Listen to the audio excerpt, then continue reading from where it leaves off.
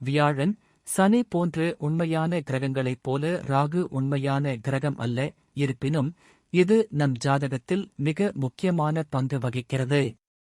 ராகு நம் ஆசைகளையும் விருப்பங்களையும் குறிக்கிறது.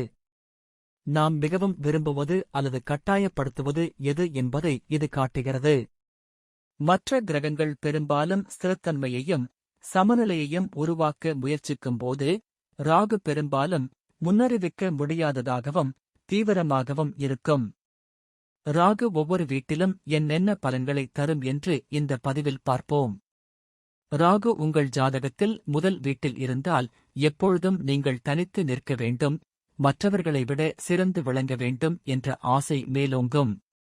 ராகு உங்கள் ஜாதகத்தில் 2ஆம் வீட்டில் இருந்தால் பணம், பொருள், பாதுகாப்பு ஆகியவற்றின் மீதான தீவிர ஆசை ஏற்படும். ராகு உங்கள் ஜாதகத்தில் 7ஆவது வீட்டில் இருந்தால் உறவுகள், திருமணம் ஆகியவற்றின் மீதான ஆழ்ந்த தேவை ஏற்படும். ராகு உங்கள் ஜாதகத்தில் 10ஆவது வீட்டில் இருந்தால் தொழில், நற்பெயர், சமூக அங்கீகாரம் ஆகியவற்றை பெரும் ஆசை பெருகும். ராகுவின் தாக்கம் ஏன் முக்கியம்? ராகுவை எவ்வாறு கையாள்வது என்று இந்த பதிவில் பார்ப்போம். ராகு நம் ஆசைகளை வெளிப்படுத்தி அவற்றை நாம் எவ்வாறு கையாளலாம் என்பதை புரிந்து கொள்ள உதவுகிறது.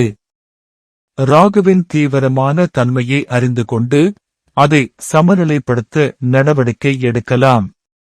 நம் ஆசைகளை புரிந்து கொள்வதன் மூலம் நம் வாழ்க்கையை நாம் விரும்பும் திசையில் வழிநடத்த முடியும். ராகுவின் தாக்கத்தை பற்றி தெரிந்து கொண்டு அதன் செல்வாக்கை குறைக்க முயற்சி செய்யலாம்.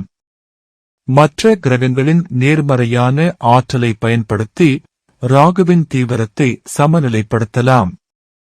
ஆன்மீக பயிற்சிகள் மற்றும் தியானம் மூலம் மனதை அமைதிப்படுத்தி ராகுவின் தாக்கத்தை குறைக்கலாம். ராகு நம் வாழ்க்கையில் முக்கியமான பங்கு வகிக்கிறது. அதன் தாக்கத்தை புரிந்து கொண்டு அதை நம் நன்மைக்காக பயன்படுத்திக் கொள்ளலாம். ராகுவின் ஆற்றலை சரியாக கையாளும் போது நாம் நமது இலக்குகளை அடையவும் மகிழ்ச்சியான வாழ்க்கையை வாழவும் முடியும்.